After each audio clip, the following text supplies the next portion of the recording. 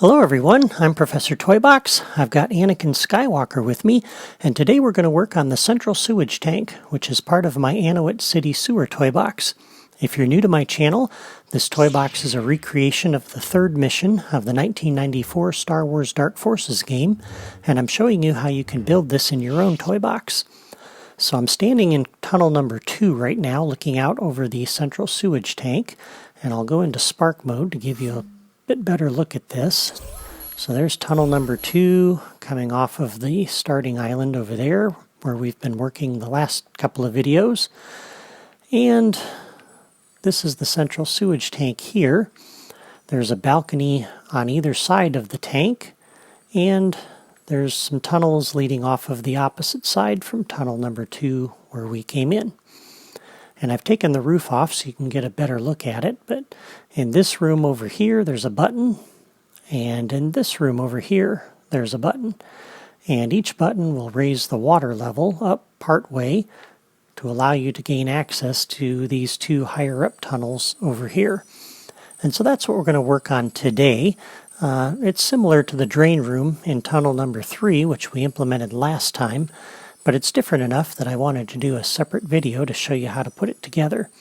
So as we get started, I've got 12 different water blocks down here, and they line up pretty much even across here, and 3 rows there, and then 4 wide over here with the one on each side overlapping just a little bit there with the block on the other side. And so there's 12 water tiles that we need to raise up, and we're going to need 12 paths to do that.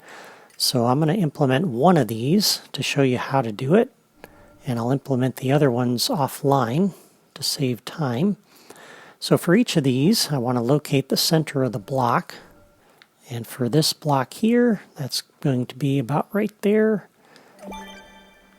And there's 2 stops that the water level needs to make. And we can use the blocks over on that side to kind of be our guide.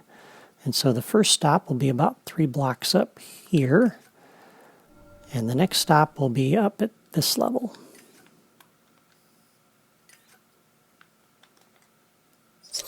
And that's our first path. So 2 different stops for the water. And on the path properties, we'll open the logic menu and select properties. And everything in here is fine, except I want to turn off auto start objects when connected. And now we can go ahead and hook up our water block to that path. So new path connection. And now it's connected to that path. And for the block properties, we'll come under Toy Box Path. And again, everything in here is fine, except the movement style, which I need to be one way and stop. And that's one block. And now I'm going to go ahead and hook up the other blocks, and I'll be back in just a moment. Okay, I've got 12 paths put down, and each block is hooked up to its corresponding path. And the path properties on each block is set to one way and stop for the movement style. And so now we're ready for the next step, which is to hook up the buttons. And the way I want this to work is the user will press the button, and it doesn't matter which order they press them in, but you press the button and it'll raise the water level up to the next point. And then you press the other button and it'll raise the water level up to the second point. And I only want each button to be used one time, so I don't want the user to be able to stand here and press this button twice. And so for that, we're going to need a logic gate, and we're going to need one for each button. So we'll drop one over here, and we'll drop one over here. And the button on the new logic connection, when pressed, is going to input to that gate, and the gate on output needs to be hooked up to each of the 12 blocks. I'll hook up the first one and do the others offline. So toy box path and start. And we'll do that same connection from the gate to each of the other blocks offline separately, but that's what needs to happen. And then the same thing with this block over here, or with this button rather. So this button, new logic connection when pressed, comes up to this gate and does an input. And that gate on output will come over to each of these blocks as well and do a start. And then on each of the paths for that block, this one, a new logic connection on this point. When the point is reached by the object on the path, we come over to the block that's on that path and we say stop. And likewise for the other point at the top of the path, when the point reaches that, when the block reaches that point,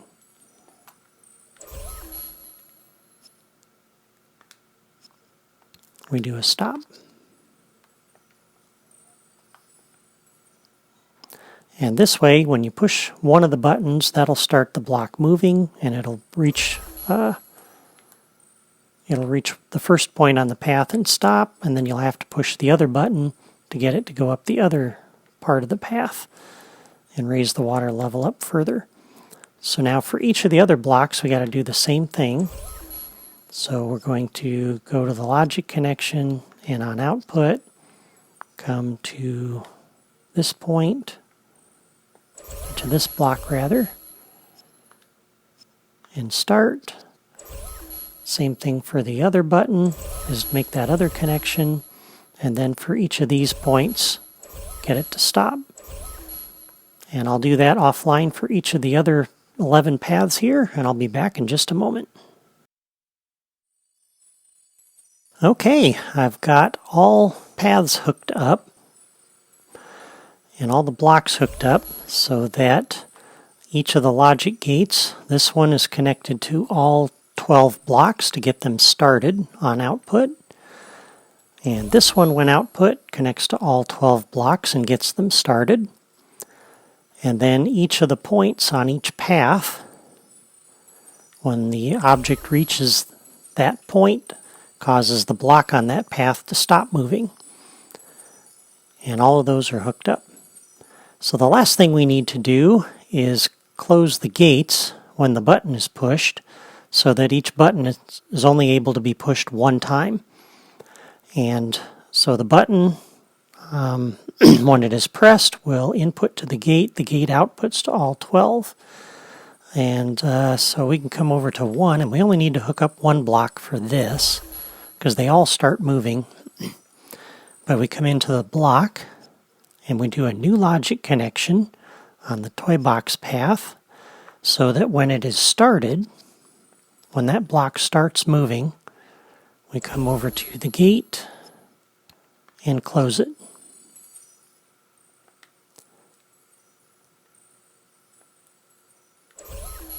And actually that's not going to work.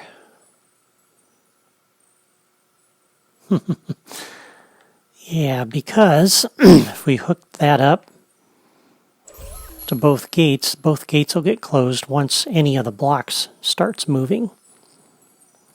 And so we're actually going to need a second logic gate here. I think that's the cleanest way to do this. And so I'm going to drop a second logic gate down on either side. And what I'm going to do instead is on the buttons, so this one will come over and we're going to delete that link. And we'll set it up so on the button, when pressed, we'll come over to this gate that I just dropped down and input. And on that gate, on output, we'll input over to this one, which is connected up to all of the blocks. And then that one on output connects to the blocks.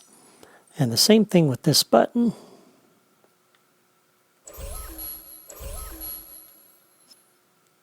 So we'll delete that link and when pressed, come up to our new gate and input, and on the new gate, when we output, we'll come over to the one that's connected to all the blocks and input to that. So I think that's going to be a little bit cleaner, because that way we ensure that each button is isolated. And so the button, when pressed, comes through here. This is the gate we'll close in a moment. And then this one connects to all the blocks. So this one, on output, in addition to connecting to all the blocks, can turn around and close that gate. And then that way, what we do on this button push isn't going to affect this button at all. Because my original thinking is when the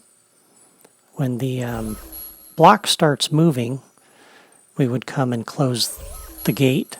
But the problem is, it doesn't matter which button you push, either button, that block will start moving and that block will end up closing both gates. So you'd only be able to use one button.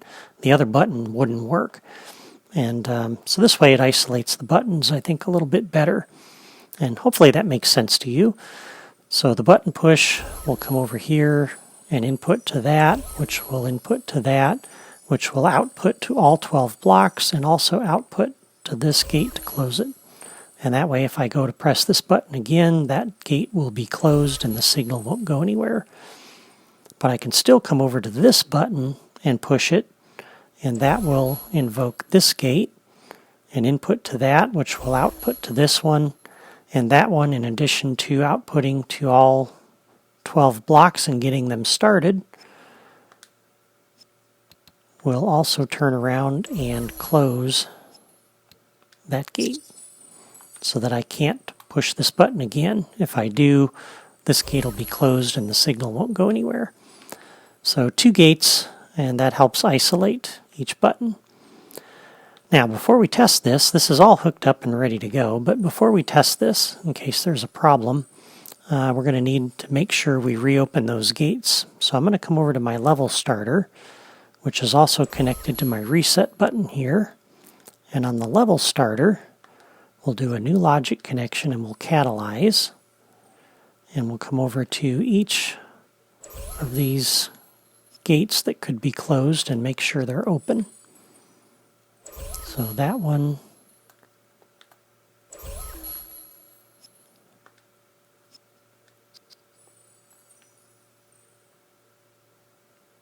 and that one. And I'm not worried about the other 2 because they won't ever close.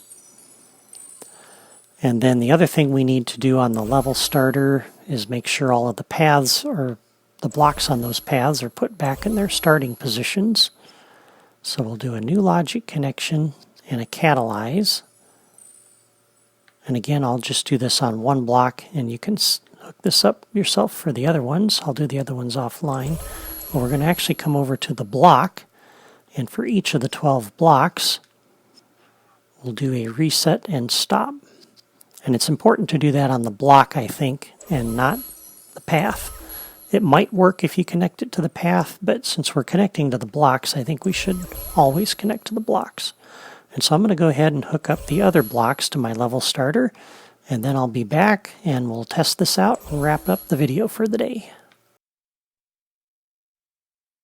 Okay, I've got the level starter hooked up to all 12 blocks, and it's doing a reset and stop on each block. And so I think we're ready to go ahead and test this out. So initially we'll come through tunnel number 2. And if we haven't pushed either button, the water level's at the bottom. And the only way you can go is out through this tunnel, which will drop you into the drainage pond out here that we're going to work on next time. So in order to get the water level up, you have to push one of the buttons on either side. And we'll go ahead and start on this side. So as we come out of spark mode, whoa, where did it put me? Oh, this is the ceiling that I removed earlier. Okay. Right, so here we are, and the water level's initially down there. But if we push the button, that water level rises and it goes up to the first position there. And if we try to push the button again, it won't go up any further, so that's good. So if we come out into spark mode one more time and we come over here, we can see that all 12 blocks are where they're supposed to be. They all started, they all stopped, so that's really good. Then to get them to go the rest of the way, if you go out through that tunnel there, that also leads you out into the drainage pond. And so you have to come through tunnel number 3 and work your way up over to this button. And let's see, this should put me out of the way of the ceiling. So if we do that and we make our way up into here, that brings us up to the other side of the balcony, to the other side of the central sewage tank. And when we push the button, that raises the water level the rest of the way up. And we can get in over there, and it looks like all of the water blocks successfully moved, and pushing the button further does nothing. So that's really good. All 12 of the blocks are now at the top where they belong. And now if you come through tunnel number 2, you can get over to that tunnel, which takes you to the rest of the level. So that's good. The last little thing I want to do here before I wrap this up today is I don't want the user to be able to jump over out of this balcony and get here. They couldn't do that in the original game, so they shouldn't be able to do that here. And so what I want to do to enforce that is we'll come down to the Gameplay Toys drawer. And there is, let's see, is it Gameplay Toys? No, it's Platforming Toys. There's this scalable barrier block, and that's what I'm going to put down over here. And actually, I think we can push this into the wall a little bit, like that.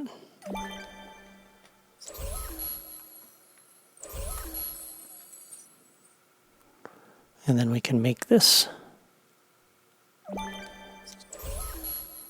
So that kind of puts like a transparent barrier there. So now if we come over here,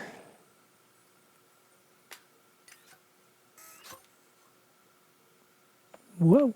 If we come over here, we'll hit that barrier, and we can still look out and see what we need to see, but we're not able to actually jump out of here, and that's a good thing. That'll be consistent then with how the original game was. So we can do the same thing on this side.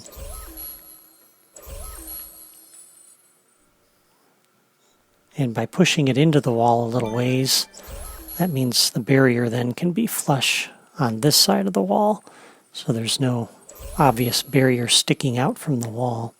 But if you try to run down the side, which I don't think a player would, but that gives us that. And then there's no way to jump over and get on top of that railing and get into trouble. So there we go. I think that worked out pretty well. That finishes the central sewage tank. And next time, we'll work on the drainage pond, which has a system that flushes you through a long pipe and dumps you back at the starting island. In the meantime, I want to thank you for watching my video today. I hope you found it helpful. Even if you're not building this toy box, it may give you some ideas for other toy boxes you can build that can use a similar kind of mechanism. Don't forget to sign up on my blog or subscribe to my YouTube channel so you can follow my progress on this toy box or see what other toy boxes I build next. You'll also find floor plans and logic diagrams and other build tips on my blog that will help you recreate my toy boxes on your own console or PC, and that way you can have some new things to play in Disney Infinity. Thanks again for watching, and I'll see you next time.